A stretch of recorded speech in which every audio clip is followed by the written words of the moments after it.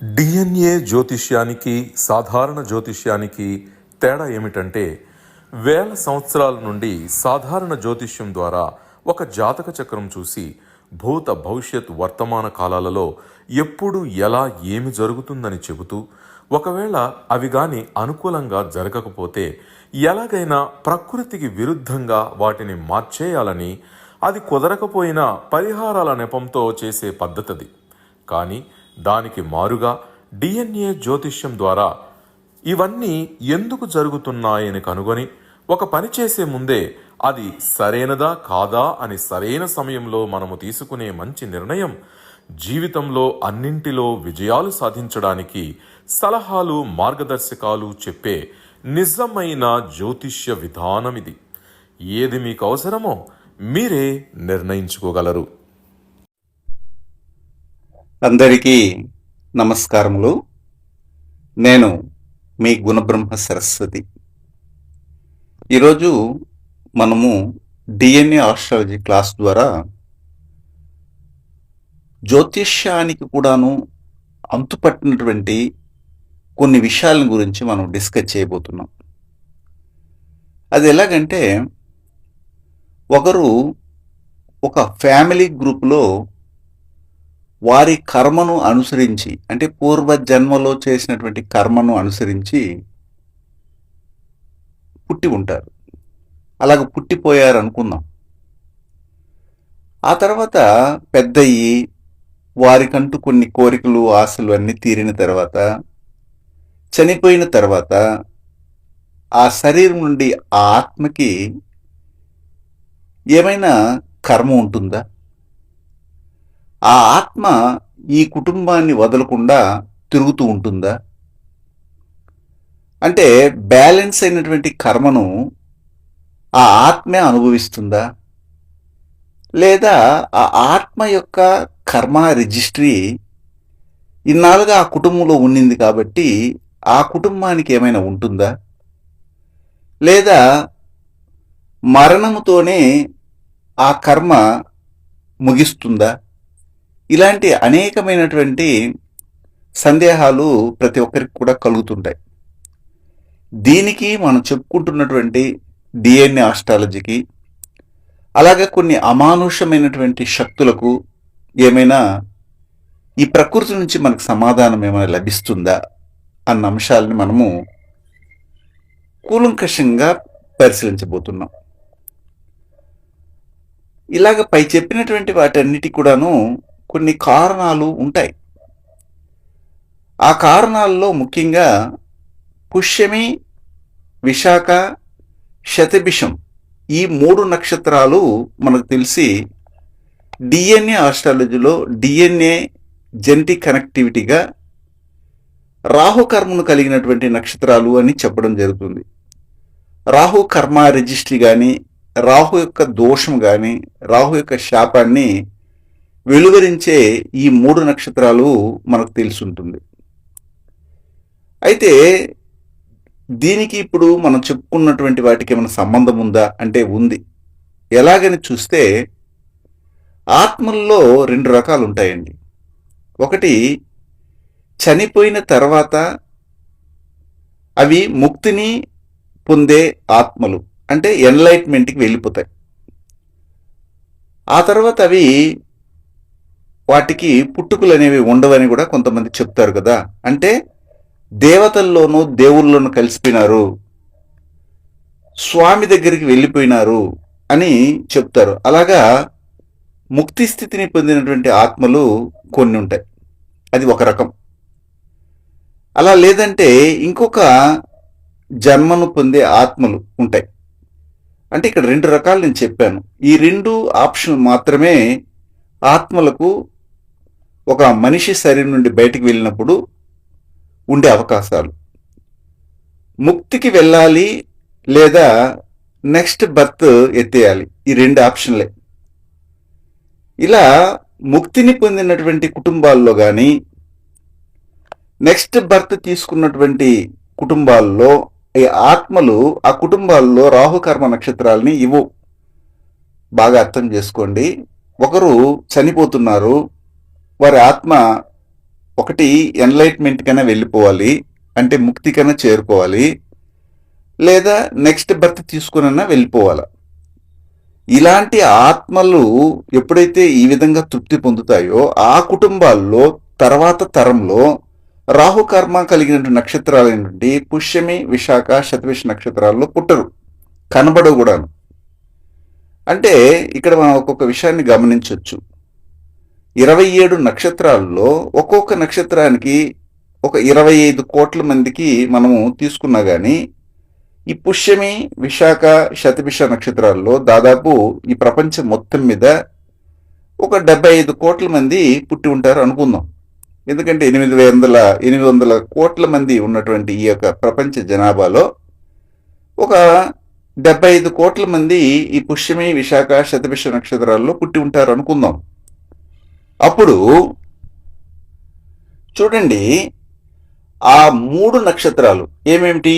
పుష్యమి, విశాఖ, శతభిష నక్షత్రాల్లో రిపీటెడ్గా ఒక కుటుంబంలో పుడుతున్నారనుకుంటే అది ఏ విధమైన సమాచారాన్ని ఆ కుటుంబానికి అందిస్తుందంటే, ముక్తికి వెళ్లకుండా ఇంకొక జన్మ కూడాను ఎత్తకుండా ఇక్కడ మనం ఏం చేస్తుంటే ఏదో ఒక కాన్షియస్ పెండింగ్లో ఉందని అర్థం.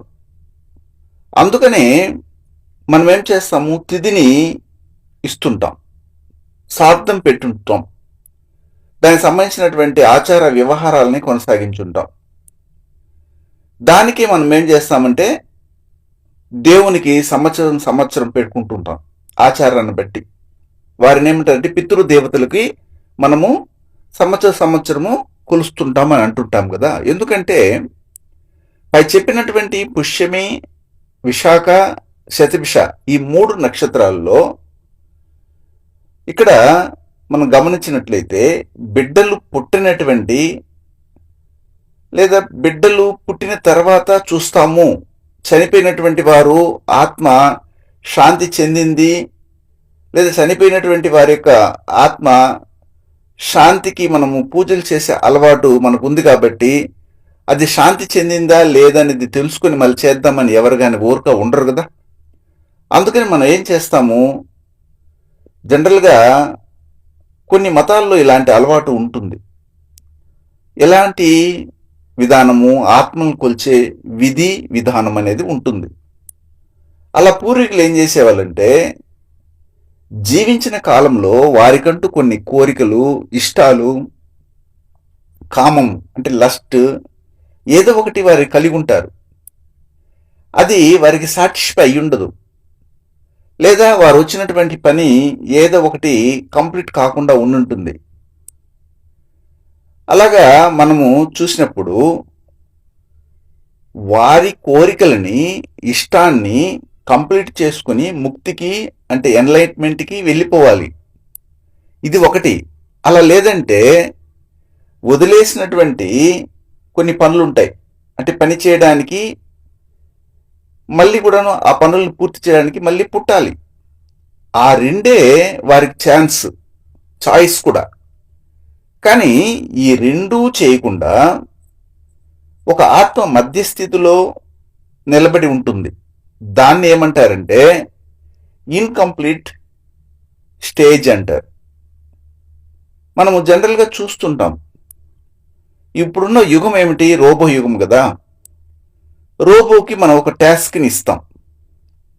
ఆ రోబో టాస్క్ని కంప్లీట్ చేయలేదంటే అది ఏం చేస్తుందంటే task incomplete, task incomplete, task incomplete అని అరుస్తూనే ఉంటుంది కదా.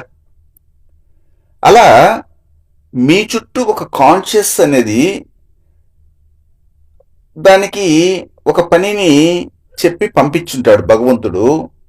అది పూర్తి కాలేదు, దానికి సంబంధించినట్టు ఒక పని కంప్లీట్ కాలేదు. అప్పుడు అదేం చేస్తుంది? పూర్తి కాలేదే, పూర్తి కాలేదే, పూర్తి కాలేదే అని మళ్ళీ మళ్ళీ చెప్తుంటే ఎలా ఉంటుంది? ఆ ఎన్విరాన్మెంట్ ఎలా ఉంటుంది? ఆ వైబ్రేషన్ ఎలా ఉంటుంది? అంటే ఆ ఫ్యామిలీనే మనము ఇక్కడ చెప్పుకుంటున్నటువంటి ఆ వైబ్రేషన్ కలిగిన ఫ్యామిలీ, గవర్నమెంట్ జాబ్ ఉన్నటువంటి ఫ్యామిలీ.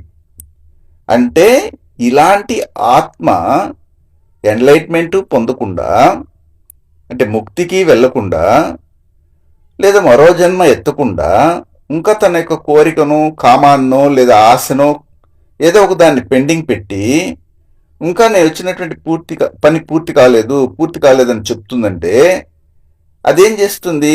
ఆ కుటుంబానికి గవర్నమెంట్ జాబ్ ఉన్నటువంటి ఫ్యామిలీగా మారుస్తుంది. అంటే గవర్నమెంట్ సెక్టర్లో ఉన్నటువంటి వారందరూ కూడా సంబంధించినటువంటి ఫ్యామిలీని మనం గమనించవచ్చు.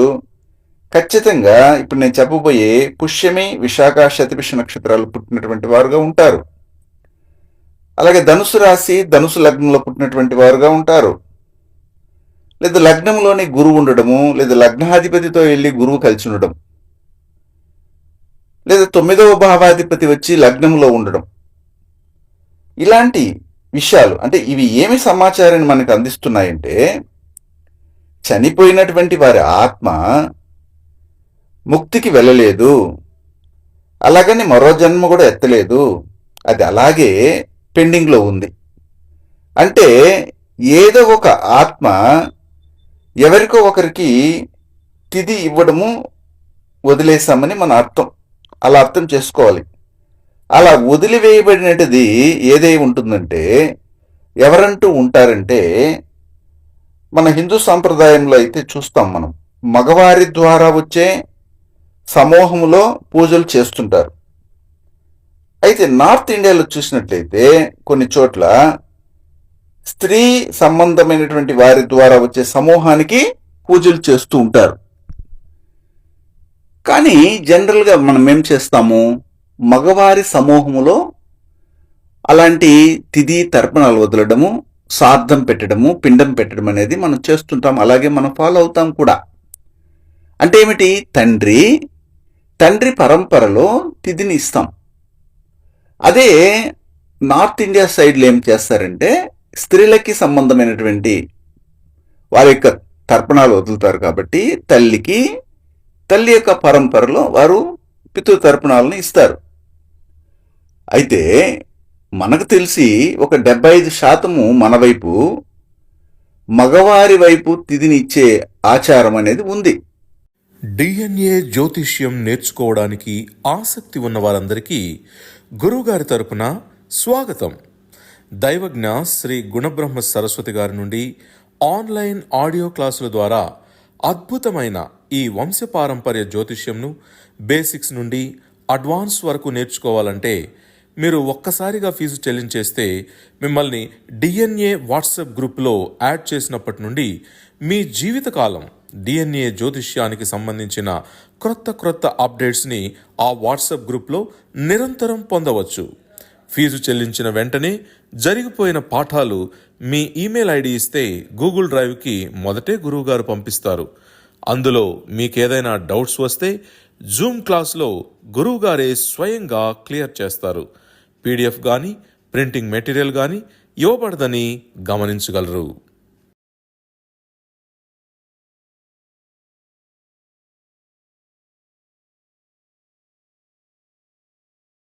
అందుకని నేనేం చెప్తానంటే, ఇక్కడ ఎయిదర్ తండ్రి పరంపరలో కానీ, లేదా తాత పరంపరలో కానీ, లేదా తండ్రితో పుట్టినటువంటి వారు, లేదా తండ్రి యొక్క తండ్రితో పుట్టినటువంటి వారు, వారిలో ఎవరో ఒకరు చిన్న బిడ్డగా ఉన్నప్పుడే చనిపోయి ఉండవచ్చు.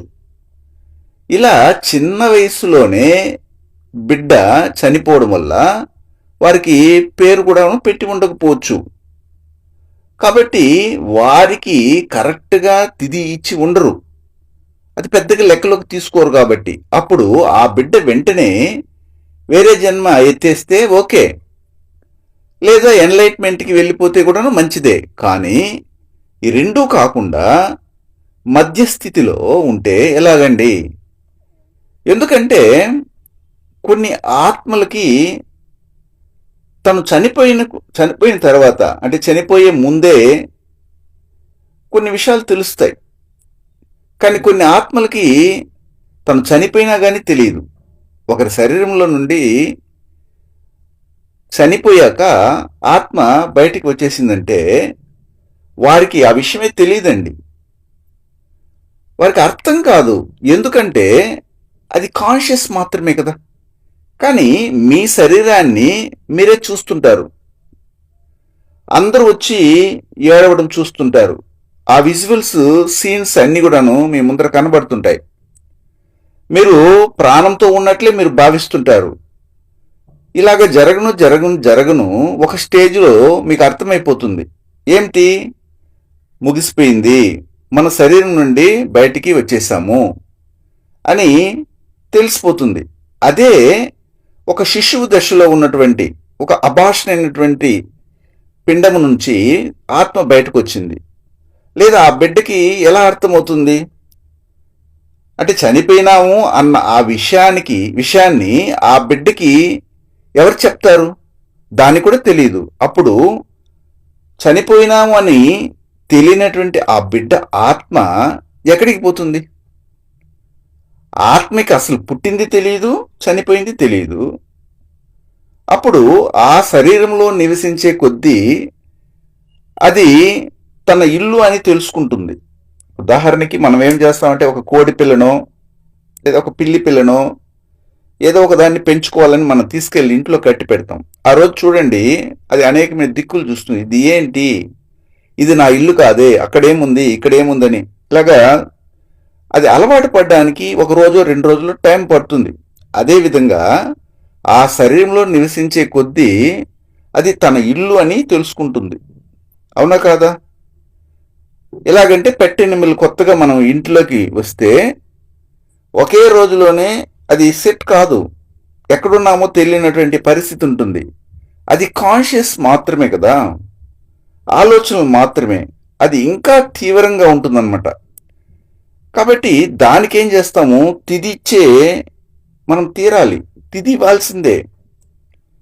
కానీ వీరు ఏం చేసి ఉంటారంటే, పేరే పెట్టినటువంటి వారు చనిపోయి ఉన్నారు కదా, లేదా ఒక 2 సంవత్సరాల తర్వాత చనిపోయి ఉంటారు పుట్టి, లేదా 1 సంవత్సరం తర్వాత చనిపోయి ఉండొచ్చు. అప్పుడు వీళ్ళు సంవత్సరం కొలిసి ఉండరు, ఆ తర్వాత మర్చిపోయి ఉంటారు. అప్పుడు ఆ కాన్షియస్ పెండింగ్లో ఉంటుంది. ఎక్కడికి? ముక్తికి వెళ్లకుండా, అలాగనేసి వేరే జన్మ ఎత్తకుండా, తన టాస్క్ కంప్లీట్ కాకుండా ఒక పెండింగ్ కాన్షియస్గా ఉంటుంది. కనుక ఆ పెండింగ్ని ఇండికేట్ చేసేది ఏమిటి అంటే, ఇప్పుడు నేను చెప్పినటువంటి పుష్యమి, విశాఖ, శతభిష నక్షత్రాల్లో పుట్టడము, లగ్నము ధనుసు రాశి, ధనుసు లగ్నంగా ఉండడము, లగ్నం ఏదైనా కానీ లగ్నాధిపతి వెళ్ళి ధనుసులో ఉండడము, లగ్నంలోని గురువు కూర్చోనడము, లేదా లగ్నాధిపతి వెళ్ళి గురువుతో కలిసి ఉండడము, లేదా లగ్నాధిపతి గురువు కలిసి ఏదో ఒక భావంలో ఉండడము, లేదా 1వ భావాధిపతి 9వ భావాధిపతి కలిసి ఒక చోట ఉండడము, 9వ భావాధిపతి లగ్నంలో ఉండడము, లగ్నాధిపతి 9లో ఉండడం. ఇలాంటి కాన్సెప్ట్ని మనం అర్థం చేసుకోలేదు. మొత్తం కంప్లీట్గా ఎలా తిరుగుతూ ఉంది, దేని చుట్టూ తిరుగుతూ ఉంది, రాహు కర్మని ఇండికేట్ చేస్తూ ఉంది. అవునా కాదా? ఇది మనము తెలుసుకోగలగాల. అయితే సైన్స్ అనేది ఏం చెప్తుంది, ఏం మాట్లాడుతుంది? ఏమైనా మాట్లాడచ్చు. అన్నింటినీ అవి ఏం చేస్తాయంటే సూడో సైన్స్ అని పక్కన పెట్టేయవచ్చు కూడా. కానీ మన చుట్టూ అక్కడక్కడ ఇప్పుడు కూడాను కొన్ని అమానుషమైనటువంటి సంఘటనలు ఒక్కొక్కటి జరుగుతూనే ఉన్నాయి. దానిని ఎవరు దాచలేరు, ఎవరు మర్చిపోను కూడా లేరు. ఎందుకంటే చాలా చోట్ల అక్కడక్కడ అమానుషమైన సంఘటనలు జరుగుతూ వాటి పరిస్థితికి ఇబ్బంది పడుతున్నటువంటి జనాలు ఉన్నారు. వాటన్నిటిని మనం డాక్యుమెంట్గా రిజిస్టర్ చేయాల్సినటువంటి అవసరం కూడా లేదు. అది వారికి అవసరం లేదు కూడాను. ఒక డాక్యుమెంట్గా ఎవరు రిజిస్టర్ చేస్తారంటే, ఒక విషయాన్ని యూజ్ చేసి దానికి పేటెంట్ రైట్స్ తీసుకొని దాని కిందకి మార్చేసి దాని ద్వారా కొంత డబ్బులు సంపాదించాలని ఒక సైన్స్ థీసిస్లోకి తీసుకువెళ్ళాలని వారు దాన్ని డబ్బుగా మార్చి డబ్బుగా రాబడిని పొందాలన్నటువంటి కొన్ని ఎంఎల్సి కార్పొరేట్కి సంబంధించినటువంటి కొన్ని ఏమంటారు అంటే కార్పొరేషన్ సంబంధించిన కలెక్షన్స్ ఉంటాయి. వారు కలెక్ట్ చేస్తారు దాన్ని. అయితే నార్మల్గా జీవించేవారు, ఒక మిడిల్ క్లాస్కి చెందినటువంటి మనలాంటి సగటు కుటుంబంలో ఏదైనా ఒక అమానుషం అనేది గురువు గారి జరిగితే నుండి DNA దాన్ని ఆస్ట్రాలజీ అందరి ప్రకారంగా దగ్గరికి వెళ్ళి మీ జాతక పరిశీలన చెప్పుకుంటూ చేయించుకుని కూర్చోం కదా. సలహాలు మార్గదర్శకాలు వారికి పొందాలంటే తెలిసినటువంటి మా త్రిశక్తి DNA విషయాల్ని ఆస్ట్రాలజీ యూట్యూబ్ ఛానల్లో మనం ఏం చేస్తామంటే మరిన్ని వీడియోలు చూసి కథలుగా ఒక అవగాహనకు స్ప్రెడ్ వచ్చాక మీకు చేసుకుంటూ ఉపయోగపడుతుంది ఉంటాం. అనిపిస్తేనే అంతేగాని ఫోన్ ద్వారా గానీ లేదా దీనికంతా డైరెక్ట్గా మనం గానీ సైంటిఫిక్ గా అపాయింట్మెంట్ కొరకు ఒక సంప్రదించగలరు. ఎక్స్ప్లెనేషన్ ఇవ్వలేం. అయితే దీనికి ఒక బెస్ట్ ఎగ్జాంపుల్ నేను మీకు చెప్తాను. ఇంతకుముందు నేను చెప్పినట్లుగానే ఒక ఆత్మ తన శరీరం నుండి బయటికి వెళ్తా ఉంది. ఏదో కారణం చేత ఒక యాక్సిడెంట్ అవ్వడము, లేదా అన్ఎక్స్పెక్టెడ్గా చనిపోవడము, ఆత్మహత్య చేసుకోవడము, లేదా సహజంగా మరణించడము జరిగినప్పుడు అది తన శరీరం నుండి బయటికి వెళ్ళిందన్న విషయం తనకే తెలియదు. మన అనేకమైన సినిమాల్లో కొన్ని దృశ్యాలను చూసినప్పుడు టక్మని తన శరీరం ఆడ పడిపోతుంది, ఆత్మ బయట వచ్చి నిలబడుతుంది. ఏంటి నా పరిస్థితి ఏమిటి? దాంతో ఆ ఆత్మని తట్టుకొని కొన్ని బస్సులు కూడా వెళ్ళిపోతుంటాయి, కొన్ని కారులు వెళ్తుంటాయి. తనకు అర్థం కాదు, కానీ శరీరం మాత్రం పక్కన పడిపోయి ఉంటుంది. అది కాన్షియస్, ఆత్మ అనేది కాన్షియస్, తెలుసుకోలేదు. అలాంటి ఫ్యామిలీలో అది ఆ ఆత్మ అన్ఎక్స్పెక్టెడ్గా చనిపోయిందో లేదా ఏదో రకంగా చనిపోయినప్పుడు తనకు ఎన్లైట్మెంట్ అవ్వాలని లేదా వేరే జన్మ పొందాలన్నటువంటి ఆశ కానీ ఆలోచనలు ఉండదు. ఆ సందర్భంలో ఆ సమయం మీరిపోయినప్పుడు అదేం చేస్తుందంటే మూడో రకం ఆత్మగా తన ఫ్యామిలీ కోసం పోతుంది. ఆ శవాన్ని తీసుకెళ్ళి ఆడ మార్చిలో వేసినప్పుడు, లేకపోతే వాళ్ళ ఇంట్లో పెట్టి బరేడ్ గ్రౌండ్లోకి తీసుకెళ్ళే ముందుగా చాలా వరకు అనేకమైన ఆచారాల ద్వారా అలంకరించేటప్పుడు తన దగ్గరకు వచ్చినటువంటి ఆ శరీరాన్ని తాకడానికి వచ్చినటువంటి వారు ఏడుస్తారా, ఏం మాట్లాడుకుంటారు అనేసి ముందుకు వెనక్కి తిరిగి ఏం చేస్తున్నారు మీరు, ఏమైంది ఏమైంది ఏంటి, ఇంకా ఆ యొక్క మమ్మీఫైడ్ బాడీ కదలలేదే ఏంటి అంటే నేను చనిపోయినానని నిర్ధారణ చేసుకుంటుంది. అప్పుడు ఆ కుటుంబంలో పుష్యమి, విశాఖ, శతభిష నక్షత్రాలు కనెక్ట్ అవుతున్నాయని చెప్పాను. అదే కుటుంబంలో గవర్నమెంట్ ఉద్యోగం రావడము, అదే కుటుంబంలో క్యాన్సర్ రావడము, breathing problem, wheezing problem, corona ఇలాంటివి రావడము, ఆత్మహత్య చేసుకోవడము, అన్ఎక్స్పెక్టెడ్గా చనిపోయిన వాళ్ళు, అలాగే యాక్సిడెంటల్ ప్రాబ్లమ్స్ కలిగినటువంటి వాళ్ళు, 2 అంతకంటే ఎక్కువ వివాహాలు ఉన్న వాళ్ళు, కెమికల్ ఇంజనీరింగ్, కెమికల్ సంబంధమైనటువంటి వృత్తుల్లో ఉన్నవాళ్ళు, వైన్స్ సంబంధమైనటువంటి ఈ అరాక్ సంబంధమైన షాపులు పెట్టుకున్నటువంటి వాళ్ళు, అలాగే ఎలక్ట్రికల్ అండ్ ఎలక్ట్రానిక్స్ సంబంధమైన వృత్తుల్లో ఉన్నటువంటి వాళ్ళు, పిడుగుపడి చనిపోయిన వాళ్ళు, కరెంట్ షాక్కి ఇబ్బంది పడిన వాళ్ళు, ఇతర దేశాల్లో ఉన్నటువంటి వాళ్ళు, ఇంటర్ క్యాస్ట్ మ్యారేజ్ చేసుకున్నటువంటి వాళ్ళు, ట్రాన్స్పోర్ట్ బిజినెస్ చేసిన వాళ్ళు, ఏరోప్లేన్ దగ్గర అంటే ఏరోనాటికల్ ఇంజనీరింగ్ చేసిన వాళ్ళు, హైడ్రాలిక్ ఇంజనీరింగ్ అంటే మెరైన్ దగ్గర పనిచేసినటువంటి వాళ్ళు, లేదా రైల్వే డిపార్ట్మెంట్లో పనిచేసినటువంటి వాళ్ళు, ఇట్లాగా అనేక విధాలుగా కనెక్ట్ అవ్వడం. 2 అంతకంటే ఎక్కువ వివాహాలతో ఇబ్బంది పడినటువంటి కుటుంబంగా కూడా ఉంటుందని మనము ఇంతకుముందు చెప్పుకున్నాం. ఇవన్నీ కూడా ఏమిటి? రాహుకర్మ. అలాగే రాహుకర్మని ఇచ్చే గ్రహం ఏదని చెప్పాము? గురువు అని చెప్పాము. అంటే అప్పుడు ఒకరి జాతకంలో లగ్నంలోనే గురువు పడుతున్నారు, 5వ స్థానంలో గురువు వస్తున్నారు, తర్వాత తరం వారికి 7వ స్థానంలో గురువు వస్తున్నారు, లేదా 9వ స్థానంలో గురువు పడుతున్నారు పుట్టుక సమయంలో. అంటే ఆ గురువు ఏం ఇండికేట్ చేస్తుందంటే మీరు మీ కుటుంబంలో రాహుకర్మను కలిగి ఉన్నారు. మీ యొక్క కుటుంబంలో చనిపోయినటువంటి ఆత్మ ఎన్లైట్మెంట్కి వెళ్లకుండా, అలాగనేసి నెక్స్ట్ జన్మ ఎత్తకుండా మధ్యస్థంగా తిరుగుతూ తన ఆశను కంప్లీట్ చేసుకోకుండా ఉంది అనేది ఇండికేట్ చేస్తుంది. వేరే కుటుంబాల్లో పుట్టదు. ఇది మనం తెలుసుకోవచ్చు. ఇది నిజమేనా అంటే నిజమే, గురువు అందుకనే ఇండికేట్ చేస్తాడు.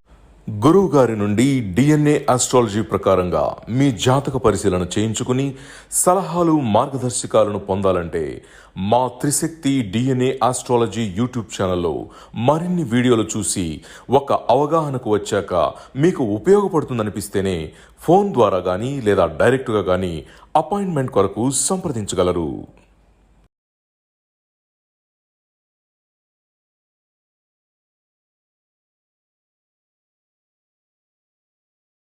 గురువు శుభగ్రహము, గురువు అన్ని కోటి మేలు చేస్తారని మనం చెప్పుకున్నాం ఇన్ని రోజులు. కానీ నిజమేమిటి, వాస్తవం ఏమిటి అనే విషయాలు ఇప్పుడు మనం పరిశీలించే కొద్దీ అనేక విషయాలు తెలుస్తాయి. ఈ రోజు నేను ఒక జాతకాన్ని చూసినప్పుడు, ఒక అమ్మాయి జాతకం 1986లో పుట్టింది. ఆ అమ్మాయికి సంబంధించిన ఒక అతను క్వశ్చన్స్ చేస్తున్నాడు, గురుగారు ఈ అమ్మాయికి వివాహ విషయం చూడాలంటే మీరు సెకండ్ మ్యారేజ్ కదా వెళ్తున్నారంటే, అవునండి ఫస్ట్ మ్యారేజ్ ఇదే అయిందంటే, అయితే అబ్బాయితో ఈ అమ్మాయికి క్లియరెన్స్ అయిందంటే ఖచ్చితంగా క్లియరెన్స్ అయింది, ఎందుకంటే ఆ అమ్మాయి పుష్యమి నక్షత్రంలో పుట్టినది. అది కాకుండా లగ్నము సింహలగ్నం నుండి 7వ భావమైనటువంటి కుంభములో గురువు ఉన్నారు. ఆ గురువు శతభిష నక్షత్రంలో కూర్చో ఉన్నారు. చూడండి ఎట్లా ఉందో. అప్పుడు ఈ అబ్బాయి చనిపోయినాడు అనేసి అన్నాడు. చనిపోయి ఉంటే క్యాన్సర్తో కానీ చనిపోయి ఉండాలా, బ్రీతింగ్ ప్రాబ్లం, వీజింగ్ ప్రాబ్లం, ఆత్మహత్య ఇలాంటి యాక్సిడెంట్ ప్రాబ్లం చనిపోయి ఉండాలంటే అవునండి ఆ అబ్బాయి క్యాన్సర్ వ్యాధితో చనిపోయినాడని ఇన్ఫర్మేషన్ ఇచ్చారు. ఆ తర్వాత అన్ని విషయాలు నేను చెప్పడం అనేది జరిగింది. ఎలాగండి అమ్మాయి గొంతు కోసారు మీరు? అమ్మాయి జాతకంలో స్పష్టంగా తెలుస్తుంది కదండి. లగ్నం సింహలగ్నమైంది. లగ్నాధిపతి అయినట్టు సూర్యుడు 2వ స్థానంలో ఉన్నారు. 11వ భావాధిపతి అయిన బుధునితో కలిసి 2వ స్థానంలో కేతువుతో కంబైన్ అయినారు. అప్పుడు ఈమెకి వైదవ్యం వస్తుందని తెలుసు. అదేవిధంగా 7వ స్థానంలో పంచమాధిపతి ఉన్నారు కాబట్టి ఆల్రెడీ ఈ అమ్మాయి ప్రేమకు మునిపే అంటే పెళ్లికి మునిపే ఎవరినో ఒకరిని ప్రేమించింది. అది కూడా ఇంటర్ క్యాస్ట్. వానితో పెళ్లి కాకుండా ఇతనికి ఇచ్చి పెళ్లి చేశారు. అప్పుడు ఆమె డేటింగ్ కూడా చేస్తున్నది. ఇన్ని విషయాలు తెలిసింది. ఇప్పుడు అతనితో మ్యారేజ్ చేశారు. అవునండి గురుగారు, సప్తమ స్థానంలో గురువు పంచమాధిపతి అవ్వడం వలన పూర్వపుణ్యం వలన ఇలాంటి భర్త వస్తారని చెప్పారండి. వచ్చినటువంటి భర్త చాలా గొప్ప సుగుణవంతుడు, అందగాడు, భక్త పారాయణుడు, మంచి గుణములు కలిగిన వాడు, శ్రీరామునికి మించినటువంటి వాడు, ఎలాంటి అలవాట్లు లేవు, ఎలాంటి దుర్మరణము సంభవించదు, ఇలాగా అనేకమై చెప్పారు. అందుకని మేము ముందుకెళ్ళి పెళ్లి చేశామండి. కానీ మీ వీడియోలు చూసిన తర్వాత మాకు అర్థమైన విషయం ఏమిటంటే ఇక్కడ మీరు చెప్పినట్లుగా వైదవ్యం అనేది ఉంది. 2వ స్థానంలోనే 11వ భావాధిపతి 2వ భావాధిపతి అయిన బుధుడు కూర్చో ఉన్నారు సింహలగ్నానికి. అది కూడా లగ్నాధిపతి సూర్యుడు కూడా అందులో కూర్చో ఉన్నారు. ఇలాంటి పరిస్థితితో పాటు 7వ భావంలో కూడాను గురువు ఉన్నారు. అప్పుడు 7వ భావంలో గురువు ఉంటే గురువు 7వ భావంలో ఉన్నప్పుడు వారి కుటుంబ పరంపరలో భాగస్వామి కుటుంబ పరంపరలో యాక్సిడెంట్ అవ్వడము, దుర్మరణం పొందడము, క్యాన్సర్ రావడము, సరిగా అంటే మంచి అలవాట్లు లేకుండా పోవడము, మోసగాళ్ళుగా ఉండడము, తాగుబోతులుగా ఉండడము, ఇట్లాగే చెడ్డ అలవాట్లన్నీ ఉన్నటువంటి వారు ఉంటారు అనేసి మీరు చెప్పగా మేము విని మీ దగ్గర అపాయింట్మెంట్ తీసుకుంటున్నామండి. ఇప్పుడైనా 2వ వివాహానికి వెళ్ళేటప్పుడు ఎలాంటి వారిని చేసుకోవాలని నన్ను అడగడం జరిగింది. ఇవన్నీ కూడా ఇప్పుడు మన వీడియోలు ప్రబలంగా మనకున్నటువంటి ఛానల్స్ ద్వారా వెళ్ళడం వల్ల అయ్యో ఇన్నాళ్ళు నాకు ఈ వీడియో కనబడలేదే, ఒకవేళ ఈ వీడియో మా అమ్మాయికో లేదా మా అబ్బాయికి పెళ్లి కాకమునుపు కానీ కనబడి ఉంటే మేము బయటపడి ఉంటామో అనేసి బాధపడే వాళ్ళు కోకోలలో ఉన్నారు. కొంతమంది రికమెండ్ చేస్తున్నారు ఏమని, ఆ గురువు దగ్గరికి వెళ్ళండి, ఆ గురువు కరెక్ట్గా ఉన్నట్టుగా చెప్పేస్తారు, మొహమాటం లేకుండానే చెప్పేవాళ్ళు కూడా ఉండి మళ్ళీ అన్ని అయిపోయిన తర్వాత వస్తున్నారు. చాలా ఇబ్బందికరంగా ఉంది. నేను ఇక్కడ చెప్పబోయేది ఏమిటంటే ఒక అమానుషాన్ని సైన్స్ ఏ విధంగా గుర్తించుతుంది అని. నా దగ్గరికి వచ్చినటువంటి ఒక జాతక పరిశీలనలో తెలిసిన విషయం ఏమిటంటే ఒక కుటుంబంలో నుంచి ఒక లేడీ నా దగ్గరికి రావడం జరిగింది. ఆ లేడీ వచ్చినప్పుడు ఆమె లగ్నం వచ్చి మేషలగ్నం ఉంది, భరణి నక్షత్రంలో పడింది, 4వ పాదంలో పడింది లగ్నం. రాశి ఏమిటంటే లగ్నం వచ్చి 4వ పాదంలో పడింది, రాశి మిథున రాశి పునర్వృష నక్షత్రంలో పడింది. సరే వెంటనే అప్పుడు నేను అడిగినవి ఏమిటంటే, అమ్మా మీ కుటుంబంలో ఎవరైనా అల్పాయుష్తో చనిపోయినారనైనా అని అడిగితే అవునండి మా తమ్ముడు చనిపోయినాడు. అయితే అతని తమ్ముడు కానీ లేదా ఇంకెవరైనా కానీ అల్పాయుష్తో చనిపోయి ఒకవేళ నీటి గండాల్లో పడి ఇబ్బంది పడ్డాడా, లేకపోతే ఇలాంటి ఊపిరితిత్తు సంబంధమైన దోషాలు కానీ సైనస్ ప్రాబ్లం కానీ ఊపిరి ఆడకుండా చనిపోవడం కానీ జరిగిందా అంటే అప్పుడు ఆమె ఇవన్నీ చెప్తా వచ్చింది. మనం చెప్తుంటాం భరణి నక్షత్రము అనేది నీటి గండాల్లో చనిపోతారని మనం చెప్పుంటాం.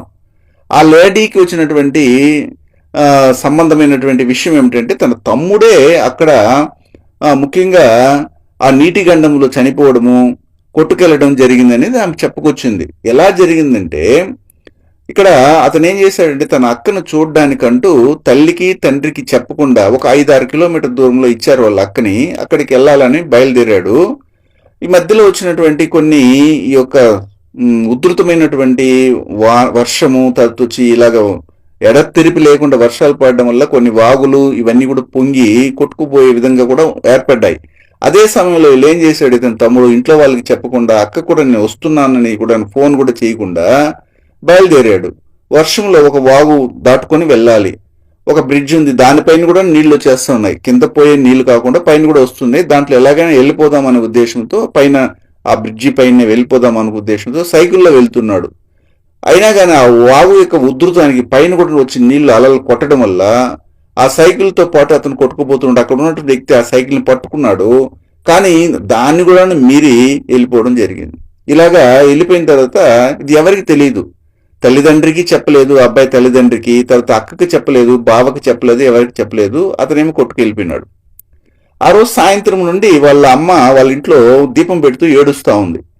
ఏమండి, చిన్నోడు కనబట్టలేదు, ఎక్కడికి వెళ్ళినాడో తెలియటం లేదు, దయచేసి ఎతకండి అంటే, ఏంటి అలాగుంటున్నా, అతనేమో చిన్న బిడ్డ 16-17 సంవత్సరాలు ఉంటుంది, వస్తాడులే, సైకిల్లో పోయినాడు, వస్తాడులే. లేదండి, వర్షం పడుతూ ఉంది, అది కాకుండా కొన్ని వార్తలు వింటా ఉంటే అక్కడ వాగు ఇలాగ చీలిపోయింది, పగిలిపోయింది, లేదా బ్రిడ్జి కూలిపోయింది, ఏవో చెప్తున్నారు, భయం వేస్తుంది అనేసి అనగా ఆమె మాత్రం ఏడుస్తూనే ఉంది, మొరబెట్టుకుంటా ఉంది, బాధను ఎల్లబరుస్తూ ఉంది. మనసులో ఒక విధమైనటువంటి ఇబ్బంది కలిగింది. అప్పుడు వీళ్ళు ఏం చేశారంటే, అప్పుడు ఆమెకు ఫోన్ చేశారు వాళ్ళ కూతురికి. ఏమైనా నీ ఇంటికాడికి ఏమైనా వచ్చాడా మా అబ్బాయి అంటే, ఇంకా రాలేదేం, నాకు సమాచారం అందలేదంటే అప్పుడు తీసుకెళ్లి పోలీస్ స్టేషన్లో కంప్లైంట్ ఇస్తున్నారు. ఇలాగా 3 రోజులు కూడా గడిచిపోయింది. 3 రోజులు ఈ తల్లి మాత్రం ఏడుస్తూనే ఉంది. ఏంటి అర్థమే కాలేదు, ఎక్కడికైనా వెళ్ళినాడు, అందరి కుటుంబాల్లో వాళ్ళ బంధువుల్లో ఉన్నటువంటి వారి చోటంతా కూడాను విచారించారు, ఎక్కడ చూసినా కానీ ఆ సమాచారం అందలేదు. అప్పుడు దీనికి సైన్స్ ఏం చెప్తుంది చెప్పండి? ఆ బిడ్డ కొట్టుకుపోవడం జరిగిపోయింది, ఎక్కడో ఎక్కడో జరిగింది తెలియదు, కానీ అమ్మ ఉంది కదా, అమ్మ మనసులో ఆ బిడ్డ కొట్టుకు వెళ్ళినాడు అన్నటువంటి, ఆపదలో ఉన్నాడు, ఏదో ఒక ప్రమాదం వాటిల్లింది అన్నటువంటి ఒక సిగ్నల్ ఆ తల్లి యొక్క మనసులోకి ఎలా చేరింది? దీనికి సైన్స్ ఏం చెప్తుంది? మన కూడా మన ఇంట్లో ఉన్నప్పుడు కొన్ని సంఘటనలు జరిగేటప్పుడు ముందు రోజు కానీ మన శరీరంలో కొన్ని ఇలాంటి విపరీతమైనటువంటి ఆలోచనలు మనసులో కలగడం కావచ్చు, లేదా అన్నం తినడానికి ఇష్టం లేకుండా పోవడం కానీ, లేదా కడుపులో ఒక యావగింపు, కడుపులో ఎవరో కలబెట్టినట్టుగా ఉండడము, అనీజీగా ఉండడం అనిపిస్తుంది. ఏంటి ఇలాగుంది, ఎప్పుడు లేదే, ఏమి జరగబోతుంది అనేది మన మనసు ఏ విధంగానే తహతలాడిపోతుందో ఆ విధంగా ఆ బిడ్డ కొట్టుకుపోవడం అనేది వచ్చినటువంటి ఆలోచనలు, ఆ శరీరంలో ఉండే ఆత్మ బయటికి వెళ్ళిన తర్వాత ఆ బిడ్డ యొక్క ఆత్మ ఎన్లైట్మెంట్కి వెళ్లకుండా, అలాగనే నెక్స్ట్ జన్మ ఎత్తకుండా తన కుటుంబం చుట్టూ తిరుగుతూ తల్లి యొక్క ఆత్మని టచ్ చేసి, నాది ఇంకా పూర్తి కాలేదు, నేను వచ్చిన పని పూర్తి కాలేదని చెప్తూ ఉంటుందన్నమాట. అలా చెప్పడం వల్లనే లాజిక్గా ఈ విషయం జరిగింది. కానీ మన సైన్స్ ఏం చెప్తుంది తెలుసా? ఒకరి గురించి ఎప్పుడు కానీ ఆలోచిస్తానే ఉంటే లాజిక్గా ఎఫెక్షన్ అనేది ఉంటుంది. అదే ఇల్యూషన్లో మనము వారి గురించి ఆలోచిస్తుంటాము. అందుకనే అలాగా ఇబ్బందికరమైన ఆలోచనలు, మనసు కష్టం వచ్చి ఉంటుందని చెప్పేస్తారు. కానీ అతను నీటిలో పడి గండంలో చనిపోతున్నాడు, అతను ప్రాణాలు వదిలేసాడని ఈమెకి ఎలా తెలిసి వచ్చింది చెప్పండి? మీరు అనొచ్చు ఇది టెలిపతి అనో, లేదా ఇంకొక హైపోథిసిస్ వల్ల ఇలా జరిగిందనో, ఆమెకి ఆలోచన వచ్చిందని చెప్పొచ్చు. కానీ ఇక్కడ బాడీ 3 రోజుల తర్వాత వాగులో కొట్టుకుపోయి ఒక ఒడ్డున పడి అతను వేసుకున్న షర్టుకున్నటువంటి లేబుల్స్, టైలర్ లేబుల్ని బట్టి పలానా ఏరియాల నుండి వచ్చాడని తెలుసుకుని ఇంటికి తీసుకురావడము, లేదా దానికి సంబంధించిన పోస్ట్ మార్టం ఇలాంటి వాటికి సంబంధించినటువంటి ప్రక్రియలు చేయడం అనేది జరిగింది. అంటే పంచనామా చేస్తారు. కాబట్టి ఇవన్నీ కూడాను సైన్స్కి మించి ఉంటుంది. అలాగా ఈ రాహు కర్మ అనేది ఎలాగా ఒక మనిషికి వస్తుంది, రాహుకర్మలో పుష్యమి, విశాఖ, శతభిష నక్షత్రాలు ఎలా ఏర్పడతాయి, ఆత్మ 2 రకాలుగా ఉండి కాకుండా 3వ రకమైన మధ్యస్థంగా ఉన్నటువంటి కుటుంబాల్లో ఇలా ఎందుకు జరుగుతూ ఉంది? అందుకని వీళ్ళు ఏం చేస్తారంటే ఆ తిథి తర్పణాలని సవ్యంగా ఇవ్వకపోవడం. లేదండి, మేము కరెక్ట్గా తిథి తర్పణాలు ఇచ్చామండి అంటారు. కానీ ఇచ్చినట్లయితే మీకు జాతకంలో మీకు పుట్టే బిడ్డల్లో మీకు తిథి తర్పణాలు ఇచ్చుంటే, మీకు పెళ్ళైన తర్వాత మీకు పుట్టే బిడ్డల్లో అమ్మాయి కావచ్చు లేదా అబ్బాయి కావచ్చు, లగ్నంలోని ఎందుకు గురువు వస్తున్నారు, లగ్నాధిపతితో ఎందుకు గురువు కలుస్తున్నారు, లేదా 9వ భావంలో కానీ 7వ భావంలో కానీ 5వ భావంలో కానీ లగ్నంలో కానీ గురువు ఉండి మళ్ళీ గురువు లగ్నంతో ఎందుకు సంబంధపడుతున్నారు, లేదా ధనుసు రాశి ధనుసు లగ్నం ఎందుకు ఏర్పడతా ఉంది, లేదా లగ్నాధిపతి వెళ్ళి ధనుసులు ఎందుకు కూర్చుంటున్నారు, వాళ్ళ కుటుంబంలోనే గవర్నమెంట్ ఉద్యోగం ఎందుకు వస్తుంది, వాళ్ళ కుటుంబంలో ఎందుకు వంశం నిలబడకుండా పోతుంది. మనం చాలా పరిశీలన చేస్తుంటాం. మోస్ట్లీ ఒక 80% గవర్నమెంట్ ఉద్యోగాలు చేస్తున్నటువంటి కుటుంబాలు చూడండి, కొన్ని తరాల తర్వాత వాళ్ళ వంశమే నిలబడకుండా పోతా ఉంది.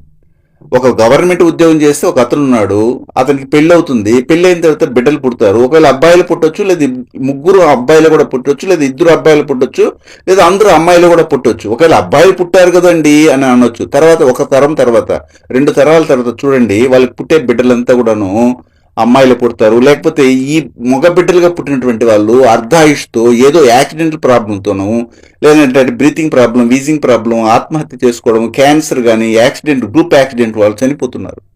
అంటే అర్థం ఏమిటి? ఈ పుష్యమి, విశాఖ, శతభిష నక్షత్రాల్లో పుట్టే ఈ కుటుంబ పరంపర దేని వలన వచ్చింది అనేది మనం మొదట తెలుసుకోవాలి. దాన్ని తెలుసుకొని కానీ కంటిన్యూ చేయగలిగితే మీకు వంశం నిలబడుతుంది. అంటే గవర్నమెంట్ ఉద్యోగాలు చేసే వారందరికీ కూడాను వంశం నిలబడదంటే, మేము పరిశీలించినటువంటి వారి కుటుంబ పరంపరలో ఒక 70 to 80% వంశం లేదు.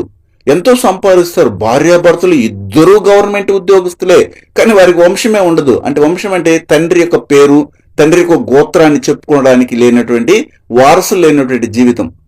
లేదండి మాకు 3 అబ్బాయిలండి, మేము గవర్నమెంట్ ఉద్యోగం చేస్తున్నాం, మీరు ఈ రోజు అనొచ్చు. కానీ కొన్ని తరాల తర్వాత, మీ తరం తర్వాత మీ అబ్బాయి తరం వస్తుంది, అబ్బాయి తరానికి వాళ్ళకి పెళ్ళి అవుతుంది, పెళ్ళి అయిన తర్వాత వాళ్ళకి మళ్ళీ కొడుకులు పుడతారా అనేది నమ్మకం లేదు, మళ్ళీ బిడ్డలు అమ్మాయిలుగా పుట్టొచ్చు, అప్పుడు వాళ్ళ వంశం నిలబడదు. ఇలాగా మనము ఒక్క విషయాన్ని చూసేసి అన్నిటినీ లెక్కగట్టేదాన్ని కూడా కుదరదు. దీని మీద ఇంకా కూడా పరిశోధనలు జరుగుతూనే ఉన్నాయి. మా యొక్క ఆధ్వర్యంలో, మా గురువు యొక్క అనుకూలతతో చేస్తున్నాం. అయితే నేను ఈరోజు ఒక మాటని మీ దగ్గరికి చెప్తున్నానంటే, దానిని మీరు కూడా పరిగణలోకి తీసుకొని మీ యొక్క చుట్టూ ఉన్నటువంటి గవర్నమెంట్ ఉద్యోగస్తుల యొక్క వంశము ఎంతవరకు నిలబడతా ఉంది, వారి కుటుంబంలో బిడ్డలు పుడుతున్నారా, బిడ్డలు పుడితే మళ్ళీ ఆ బిడ్డలు మళ్ళీ ఇంకా బిడ్డలు పుడుతున్నారా, వంశం నిలబడుతుందా, ఆ వంశం అనేది పురుషతత్వాన్ని అంటే ఏమిటి, మగ వారసత్వాన్ని నిలుపుతుందా అన్నట్టు విషయాలు కూడా మీరు గమనించాలి. నేను చెప్పే ఆడియోని ప్రతి మాటకు గమనించి దానిలో కూడా మీ ఇన్వాల్వ్మెంట్, మీ మెదడుకు మేతను పెట్టగలిగితేనే ఇంకా ఈ పరిశోధన అనేది ఇంకా ముందుకు పోతుంది. కానీ నేను చెప్పడానికి అక్కడికే ఫుల్ స్టాప్ పెట్టేస్తే ఇంకా కూడా ఇది ఎనార్మస్ అయినటువంటి సిలబస్ అనమాట. తవ్వే కొద్దీ తవ్వుకుంటానే పోతా ఉంటాము, ఎన్నో విషయాలు బయటపడతాయి. ఆ బయటపడే విషయాల్లో మీ యొక్క తోడ్పాటు, మీ యొక్క కోఆపరేషన్ కూడా ఉండాలనేది నేను ఆశిస్తున్నాను. శుభం.